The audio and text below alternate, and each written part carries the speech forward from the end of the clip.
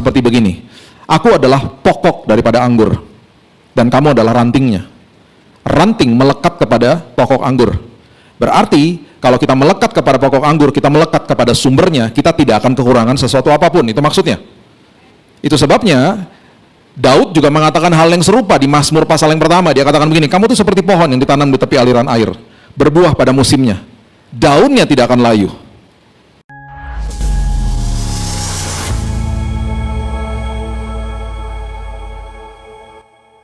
Haleluya. Bapak yang baik, terima kasih buat kesempatan demi kesempatan kami bisa duduk di kaki Tuhan mendengar suara Tuhan.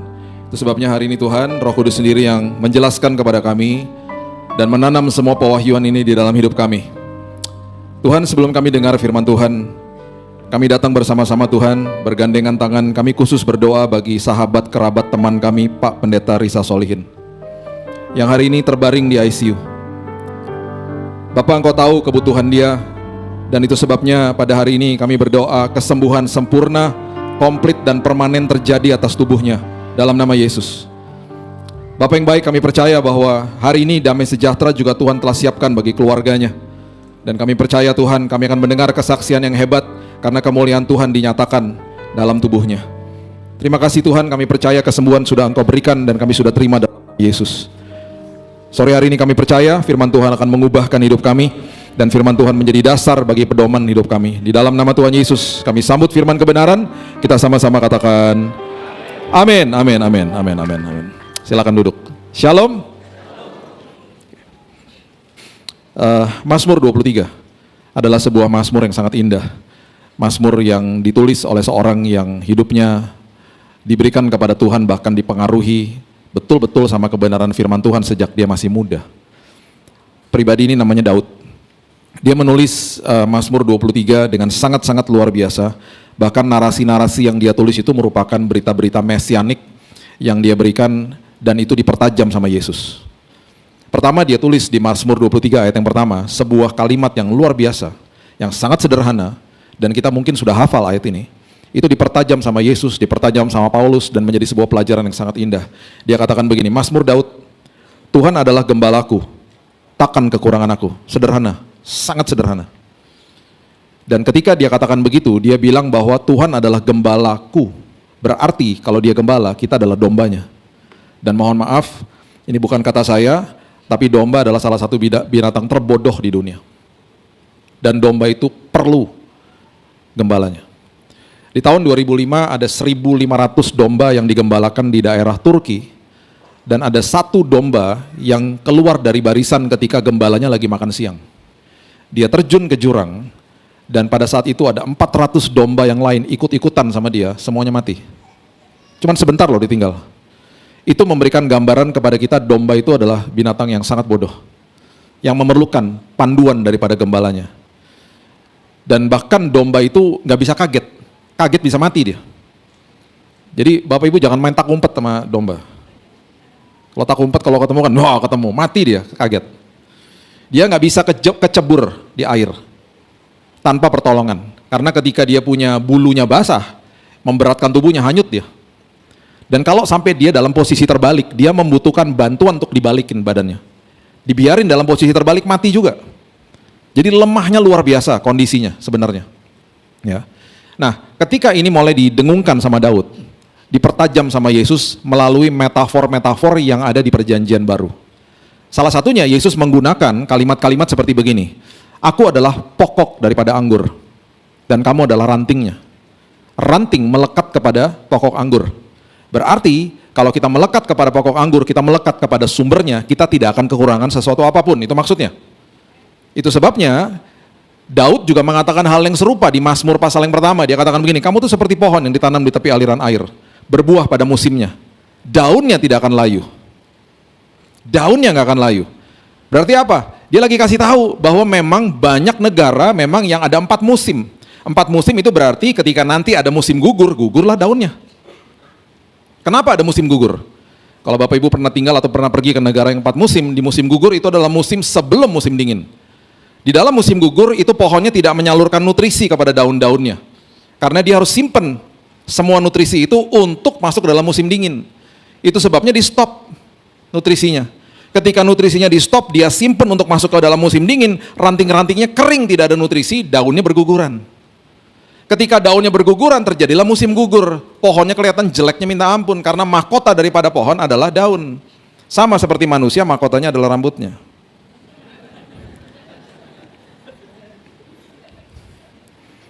Ada satu ayat ya, yang membuat saya sedih banget kalau baca. Mau tahu ayatnya? Lukas 21 ayat 18. Boleh ditampilkan, saya nggak mau baca. Bapak Ibu aja baca. Sedih kan? Sedih loh saya baca ini. Sampai saya pernah bilang sama Tuhan, Tuhan, ini firman Tuhan kok nggak terjadi sama saya. Tahun 2000 rontok semua Tuhan. Rambutnya almarhum dipanggil Tuhan semua. Nah, waktu kita mengerti itu, dan kemudian kita lihat pohon-pohon seperti itu, kalau kita perhatikan di kota-kota yang ada musim gugur, itu kerepotan Bapak Ibu. Mereka mengeluarkan uang sangat banyak untuk bersihin daunnya. Dulu saya waktu masih kuliah tinggal di kota yang 4 musim seperti begitu, kepleset. Karena daun campur sama air, licinnya luar biasa. Dan berantakan kotanya. Nanti setelah musim dingin selesai, masuk ke dalam musim semi, kembali nutrisinya kan disalurkan kembali ke dalam ranting-rantingnya, beres langsung, kelihatan bersemi kembali pohonnya. Nah firman Tuhan bilang begini, musim boleh berganti, daun gak akan layu. Musim boleh berganti, semangat kemuliaan Tuhan tidak akan pernah beranjak dari kehidupan kita. Amin. Kita akan terus berkilau di hadapan Tuhan, karena janji Tuhan, ya dan amin, dan semua kekuatan Tuhan itu ada di dalam sini. Itu maksudnya Daud, daunmu gak akan layu, katanya gitu. Nah dipertajam sama Yesus, kamu tuh ranting. Kamu melekat kepada pokok anggurnya. Setelah dia kasih tahu itu juga, kemudian dia kasih perumpamaan yang luar biasa kepada orang Farisi. Coba lihat Lukas pasalnya yang ke-15, ayatnya, Lukas 15 ayat yang ke-12 mengatakan begini. Kata yang bungsu kepada ayahnya, ya ini adalah kisah prodigal son, anak yang terhilang. Ada 2 yang hilang, bukan si bungsu aja, yang sulung juga hilang. Ya. Kalau Bapak Ibu mau belajar lebih detail, ada di YouTube channel saya, cari aja eksposisi anak yang terhilang. Itu ada 6 episode kalau nggak salah di situ. Ini si bungsu sebelum pergi ngomong begini, ini mengerikan kalimatnya. Bungsunya bilang begini kepada ayahnya, Bapak berikan kepadaku bagian harta milik kita. Harta milik kita itu akses namanya. Si bungsu tahu bahwa dia melekat kepada sumbernya. Apa yang sumbernya punya, dia punya. Itu akses. Kalimat berikutnya adalah kalimat yang sangat mengerikan, karena si bungsu bilang begini, berikan kepadaku harta milik kita yang menjadi hakku. Dengan kata lain, si bungsu lagi bilang begini, Bapak, saya nggak mau lagi melekat kepada sumbernya, saya nggak mau lagi punya akses kepada Bapak, sekarang saya mau punya sendiri, saya mau melepaskan diri dari sumbernya. Saya mau jadi pemilik sekarang. Dia pergi toh ke negeri yang jauh. Habis nggak? Karena pemilik habis. Jadi gini, prinsipnya begini, kalau kita melekat kepada sumbernya, akses ya, ini akses nih, harta milik Bapak itu punya saya. Apapun yang terlepas dari tangan tidak akan pernah terlepas dari hidup, karena supply jalan terus. Hari ini ngadepin banyak pergumulan hidup, supply damai sejahtera jalan terus. Supply sukacita jalan terus. Supply hikmat jalan terus. Supply pengharapan jalan terus. Gak pernah habis. Tapi ketika kita melepaskan diri daripada sumbernya, apa yang terlepas dari tangan, terlepas dari hidup, karena supply-nya stop. Makanya cerita ini mengisahkan ampas yang menjadi makanan babi kelihatan menarik untuk dimakan. Itu adalah gambaran orang dunia yang terus cari kepuasan di luar Tuhan. Gak akan pernah puas. Saya punya teman istrinya 8. Dia bilang begini sama saya satu hari dengan bangganya, saya gak pernah tahu di mana saya akan berlabuh setiap malam. Rumahnya 8 berarti. Selalu ada tas di mobil saya. Terserah saya mau berlabuh di mana. Saya kenal sama istrinya yang ke-8. Dia bilang begini, Mas, dilema saya Mas. Kenapa? Saya bukan diduain lagi Mas, di-8-in. Ya maumu kok gimana? Berapa bulan yang lalu ketemu lagi setelah sekian lama, gak pernah puas hidupnya. Gak pernah puas. Makanya kepuasan di dalam firman Tuhan katakan begini, berbahagialah orang yang lapar dan haus akan kebenaran firman, karena mereka akan dipuaskan. Hanya itu. Itu sebabnya melekat kepada sumbernya itu luar biasa. Makanya melekat kepada sumbernya berarti apapun yang ada dalam hidup saya terus mengalir yang namanya pemulihan, mujizat, kesembuhan. Waktu saya sakit kanker, saya bilang ini, Tuhan, saya akan melekat kepada pokok anggur yang tidak ada kankernya. berarti nutrisi kesembuhan mengalir kepada rantingnya itu, yaitu saya. Saya terima ya Tuhan dalam nama Yesus kesembuhan hari lepas hari. Karena kenapa? Kita semuanya tidak akan kekurangan sesuatu apapun karena melekat kepada sumbernya. Mazmur 23, jantung daripada Mazmur 23 itu ada di ayat kedua dan ayat yang ketiga. Kita nggak ngerti ayat kedua dan ketiga, kita nggak akan pernah ngerti Mazmur 23. Karena narasinya dibangun sedemikian rupa sama Daud. Dan waktu masuk ke dalam ayat yang kedua, dia katakan begini. Ia membaringkan aku di padang yang berumput hijau. Ia membimbing aku ke air yang tenang. Perhatikan ini baik-baik.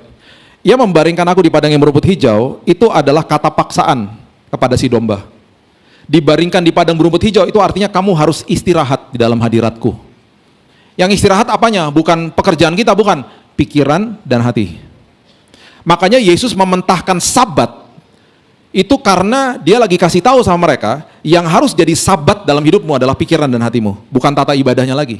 Makanya dia sengaja buat mujizat di hari Sabat. Waktu terakhir saya ke Israel, sedih saya. Karena ngelihat seorang lari dari rumahnya di musim panas, keluar, nyari-nyari orang. Saya tanya sama tour guide saya, kenapa itu orang? Dia lagi nyari orang supaya bisa masuk ke dalam rumahnya untuk nyalain AC. Karena di hari Sabat, mereka nggak boleh pencet remote control itu nggak boleh pencet. Karena Sabat. Dan masih dilakukan sampai sekarang. Yang Yesus maksudkan bukan itu, bukan tata ibadahnya. Pikiran dan hatimu masuk ke dalam damai sejahtera.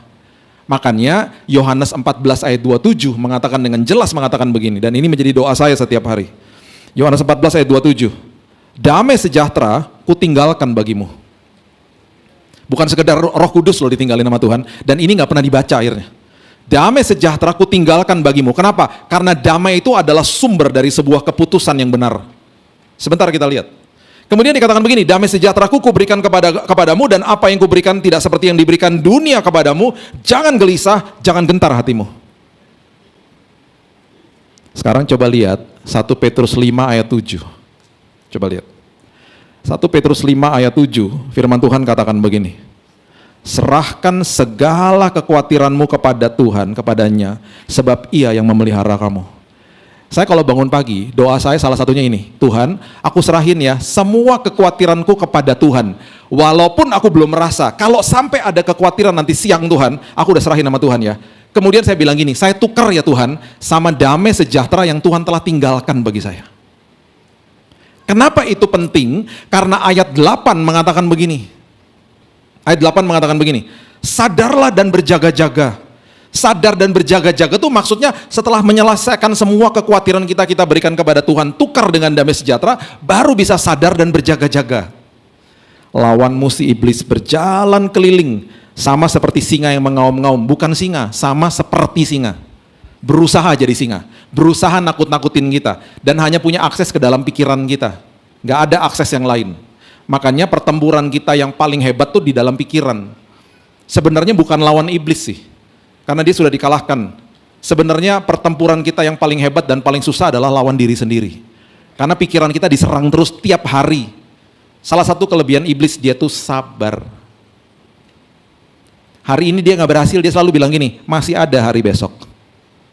Jadi berarti setiap hari saya harus tutup bungkus diri saya dengan damai sejahtera Tuhan. Karena dia bilang begini, lawanmu seperti singa mengaum-ngaum, mencari orang yang dapat ditelan. Kalau saya bisa sambung, ditelan sama kebohongan-kebohongan dia di dalam pikiran. Berarti ada orang-orang yang tidak dapat ditelan sama kebohongan iblis. Siapa? Jemaat GSJS. Karena setiap hari jemaat GSJS bilang begini sama Tuhan, Tuhan terima kasih ya Tuhan, aku serahkan semua kekhawatiranku kepada Tuhan. Aku tukar ya Tuhan sama damai sejahtera, supaya kalau setiap hari pikiranku ini diganggu sama kebohongan-kebohongan iblis, nggak mempan Tuhan. Nggak mempan. Karena akhirnya jadi rambu-rambu akhirnya. Dan ini berkelanjutan ke ayat yang ketiga, coba lihat. Ayat yang ketiga dibilang begini, ia menyegarkan jiwaku, dan ia menuntun aku di jalan yang benar oleh karena namanya. Jadi ayat kedua dan ayat yang ketiga bilang begini, yuk masuk dan tinggal di dalam shalomnya Tuhan, di dalam damainya Tuhan. Supaya kamu tenang, supaya jiwamu segar, supaya kamu mengambil keputusannya benar. Itu maksudnya gitu.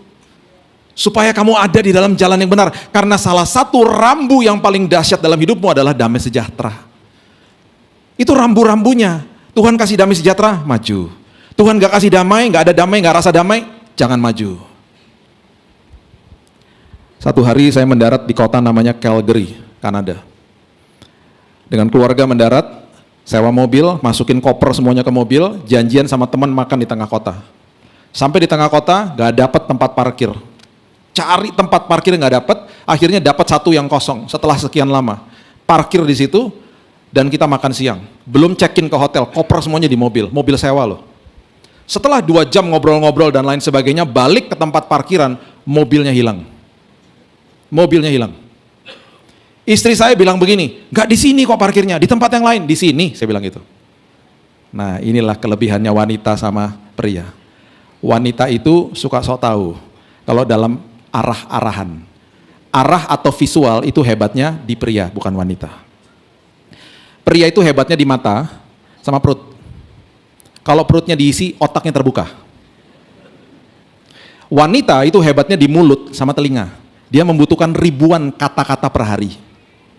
Makanya wanita sering jadi pendengar yang baik. Wanita kalau ngomong sama wanita lain pakai perasaan.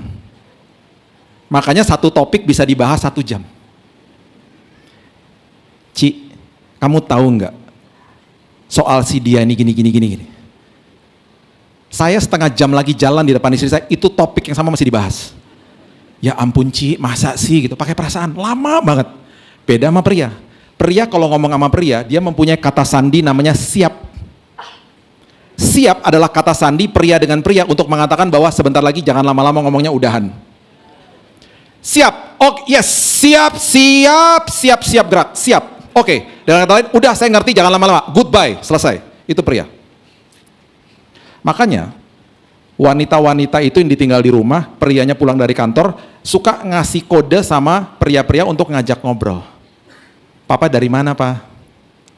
Si suami kesel karena dipikir istrinya curigaan, padahal istri lagi kasih kode, pengen diajak ngobrol. Papa dari mana? Kerja, dari kantor, emang dari kebun binatang? Dia lagi ngasih kode, pengen diajak ngobrol. Satu hari saya makan sama hamba Tuhan, istrinya setiap kali ngomong diginin, shh. Lama-lama istrinya ngomong sendiri.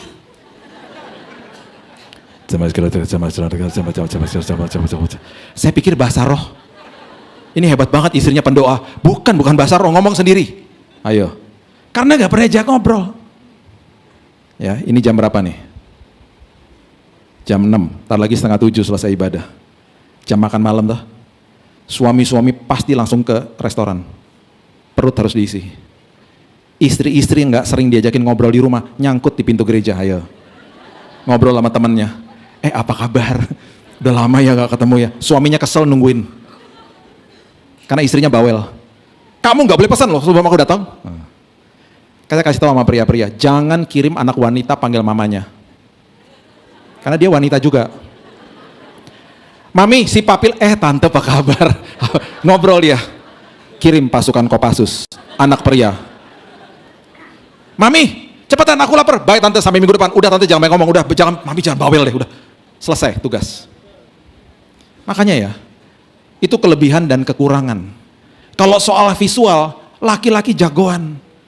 Ini P6 ya? Betul ya? Lantai 6 kan?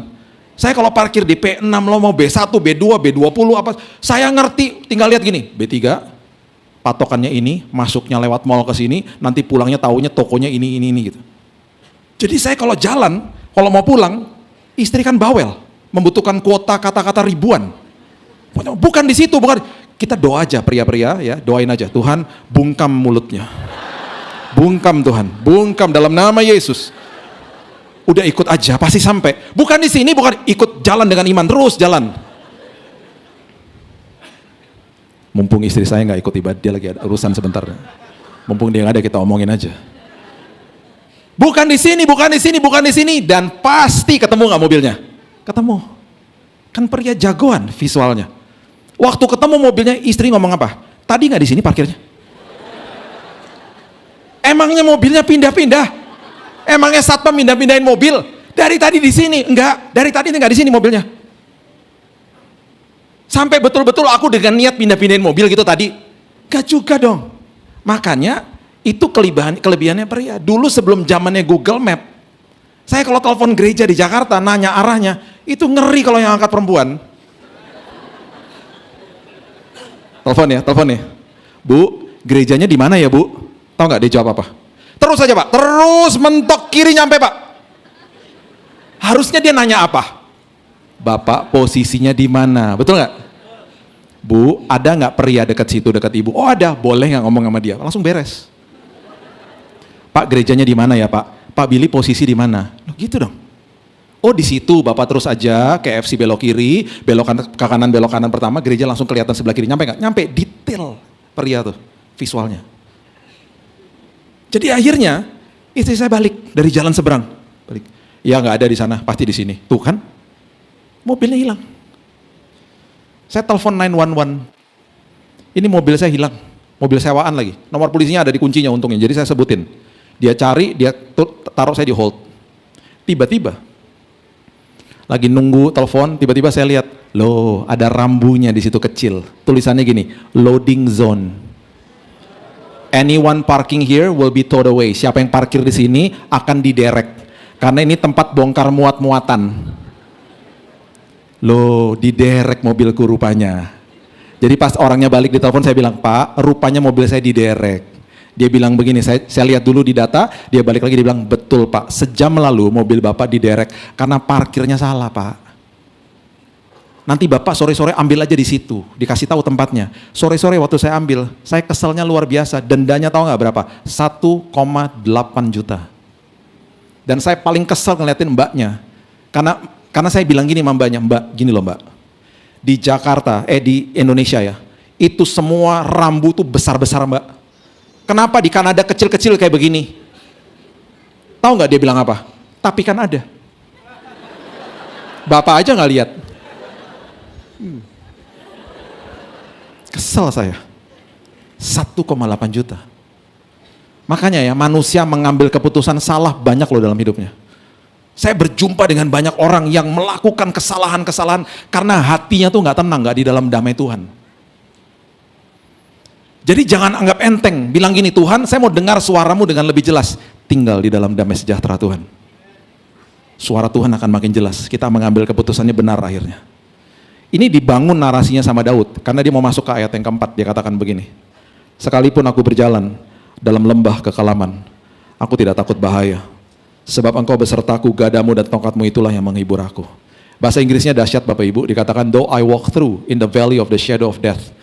Saya cuman walking through, saya cuman lewat lembah bayang-bayang maut. Lembah bayang-bayang maut, Daud lagi kasih tahu sama kita, bayangan itu tampaknya selalu lebih besar dari aslinya. Tenang aja, iblis suka besar-besarin masalah. Terus bayangan gak akan pernah bisa melukai kita. Mana ada bapak-bapak meninggal ditabrak bayangan truk, gak ada. Dan kenapa di lembah yang gelap ada bayangan? Karena ada cahaya kan di situ. Siapa? Tuhan hadir. Tuhan ada di situ. Tapi cahayanya kecil Pak, nggak apa-apa, firman Tuhan kan pelita bukan lampu sorot. Ayo. Setapak demi setapak, perjalanan iman bersama dengan Tuhan. Cuman walking through kok. Fokus kepada tangan Tuhan yang lagi pegangin tangan kita, jangan fokus sama masalahnya. Dia lagi jalan loh sama kita. Pasti aman dan nyaman sampai ke ujung, tenang aja. Ini ditulis sama seorang bocah yang pagi-pagi bangun di usia ke-19 tahun. Yang biasanya dia mengembalakan kambing dan domba dan hidupnya dikuasai firman. Satu pagi dia dibangunkan dan dia nggak pernah tahu hari itu dia akan berhadapan sama Goliat. Daud nggak pernah tahu pagi itu ketika dia bangun dia akan menjadi pahlawan yang sampai hari ini namanya didengungkan bahkan dihotbahkan di GSJS. Dia nggak pernah tahu ketika dia bangun pagi bahwa hari itu dia akan ada di dalam sebuah panggung dunia yang luar biasa. Karena hari lepas hari dia menabur kebenaran firman di padang dan gak ada yang lihat. Pagi-pagi dia bangun, bapaknya Isai bilang begini, Ut, kamu jangan pergi ke padang. Kamu anterin roti sama keju ke lembah Tarbantin. Itu kakak-kakakmu lagi perang sama bangsa Filistin. Pergi ke sana anterin roti bluder cokro keju. Daud tanya gini, di mana tuh lembah Tarbantin? Google Map aja ribet amat sih. Daud berangkat. Dia berangkat. Bocah loh. Bocah 19 tahun, kira-kira ya umurnya 19 tahun. Berangkat dia, bawa roti sama keju. Sampai di lembah Tarbantin. Itu posisi mereka lagi gencatan senjata. Karena Goliat ngomong begini sama mereka, udah nggak usah perang terbuka, nggak usah perang terbuka. Kita duel aja satu sama satu. Kalau kamu kalah, kamu jadi budak saya. Kalau saya kalah, saya jadi budak kamu. Dia begitu confident bahwa dia pasti menang karena dia paling besar. Duel aja sama saya satu-satu. Ditantangin. Bahkan Alkitab mencatat Raja Saul pun cemas. Tuhan mengirim bocah bawa roti sama keju. Dimarahin sama kakak-kakaknya. Ngapain sih kamu kesini? Dia kasih rotinya. Dia tidak pulang. Dia tanya sama mereka, ada apa sih? Dikasih tahu sama mereka, ini loh Goliat begini. 1 Samuel 17 ayat 26. Itu adalah ayat, kalimat yang diucapkan sama Daud sampai-sampai dia berhadapan sama Goliat gara-gara dia ngomong ini. Gara-gara dia ngomong begini, dia berhadapan sama Raja Saul, beraudiensi dengan Raja Saul. Perhatikan ini kata-katanya. 1 Samuel 17 ayatnya yang ke-26. Firman Tuhan katakan begini. Lalu berkatalah Daud kepada orang yang berdiri di dekatnya, apakah yang akan dilakukan kepada orang yang mengalahkan orang Filistin itu yang menghindarkan cemooh dari Israel? Perhatikan kalimat terakhir ini. Siapakah orang Filistin yang tak bersunat ini sampai ia berani mencemooh barisan daripada Allah yang hidup? Saya mau jelasin. Di perjanjian lama itu semuanya serba fisik, Bapak Ibu. Yang sakral dulu adalah gedungnya, bait Allahnya toh. Yang sakral sabatnya, tata ibadahnya. Terus yang sakral itu begitu. Yang sakral pengorbanan bukan ketaatan. Salah satunya adalah mereka harus disunat ketika mereka masih kecil. Itu adalah lambang penyertaan Tuhan atas hidup mereka. Kebenaran ini orang Israel tahu nggak? Jelas tahu loh, mereka semua disunat kok. Tapi karena udah jadi kebiasaan, mereka udah nggak menghidupi kebenaran firman. Daud bilang begini, loh, itu orang Filistin, itu Goliat, nggak bersunat. Dengan kata lain, itu orang nggak punya penyertaan Tuhan. Kita kan bangsa bersunat, kita punya penyertaan Tuhan. Kok takut? Dengan kata lain, Daud ngomong begini, kamu ya kirim pasukan yang paling cungkring, paling kurus, menang kamu. Orang kamu bersunat kok, itu maksudnya. Ini gini loh, gini ya. Perhatikan ini baik-baik. Banyak orang Kristen hanya tahu ayat, hidupnya di dalam ketakutan. Membutuhkan seorang Kristen yang hidupnya dikuasai firman untuk datang kepada dia dan bilang gini, bro, ini ayat kan ngomong begini, kamu kan udah baca nggak Matius 6:31 misalnya?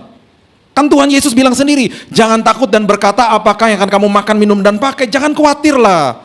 Carilah dahulu kerajaan Allah dan kebenarannya, semuanya ditambah-tambahkan loh dalam hidupmu. Itu orang yang lagi ketakutan ngomong gini, aku tuh tahu loh ayat-ayat itu, tapi kenapa ya waktu kamu ngomong beda? Karena yang ngomong adalah orang yang dikuasai firman. Daud adalah orang yang bercengkerama dengan Tuhan di padang, dengan domba dan kambing yang cuma sedikit. Dia udah biasa Bapak Ibu, merobek rahang singa dan beruang, gak ada yang tahu. Gak ada yang tahu. Karena bagi dia, makhluk-makhluk ini gak bersunat. Bagi dia, karena dia bersunat, dia memiliki penyertaan Tuhan. Dia betul-betul hidupnya, betul-betul ngalamin Tuhan. Itu sebabnya hari itu, Tuhan bangunkan dia, dan Tuhan kirim dia ke Tarbantin, untuk berhadapan sama Goliat. Karena hatinya ada di dalam shalomnya Tuhan, karena hatinya ada di dalam damai, dia gak pulang. Dia ngomong dengan suara nyaring, dia bilang sama mereka kayak kasih semangat, ngapain takut? Sampai-sampai kalimat itu diberitahu kepada Raja Saul. Gara-gara kalimat ini, Daud beraudiensi sama Raja Saul. Bapak Ibu bisa bayangin gak? Ada prajurit masuk ke dalam kemahnya Saul bilang gini, Raja, itu ada bocah bawa roti sama keju. Dia ngomong, kita kan bangsa bersunat. Bener kan Raja ya? Itu kan penyertaan Tuhan ya? Iya. Tapi Raja denger deh, cara ngomongnya beda loh. Raja mau dengerin gak? Ada urapannya loh Raja. Oh ya mana. Suruh masuk. Ngobrol sama Raja Saul. Ditanya apa? Kamu anak siapa? Ditanya kredibilitasnya. Kamu tuh siapa? Anak Isai. Kamu bisa apa? Dia ngomong gini tiba-tiba. Raja, saya udah biasa mematahkan rahang singa dan beruang. Karena mereka adalah makhluk yang tidak bersunat. Bagi saya, Goliat sama aja. Dia juga gak bersunat, bentuknya aja beda. Bapak Ibu, nasib sebuah bangsa diserahkan kepada bocah 19 tahun yang lagi bawa roti dengan keju. Ya udah deh, kamu aja yang ngelawan dia.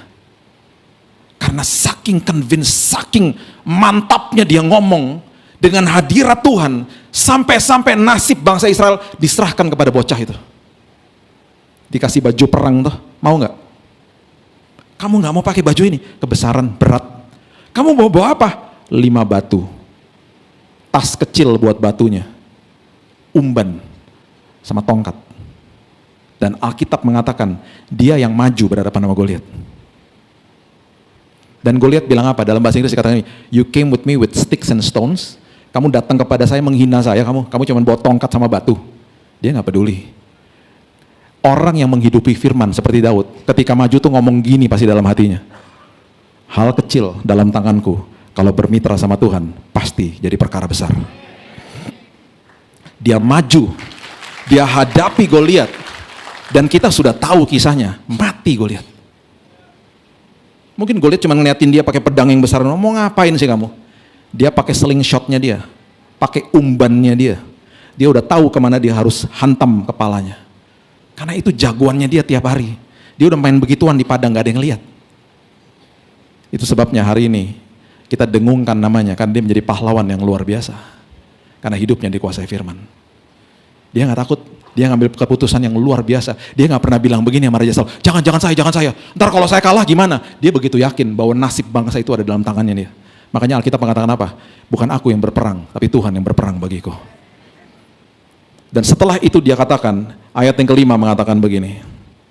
Engkau menyediakan hidangan bagiku di hadapan lawanku. Dengan kata lain, dia nggak stres ngadepin Goliat. Ada hidangan di depan lawan tuh berarti kita bisa makan ketika dalam kondisi yang sulit dalam hidup kita. Itu maksudnya. Engkau mengurapi kepalaku dengan minyak, pialaku penuh melimpah, ada urapan dalam hidupnya.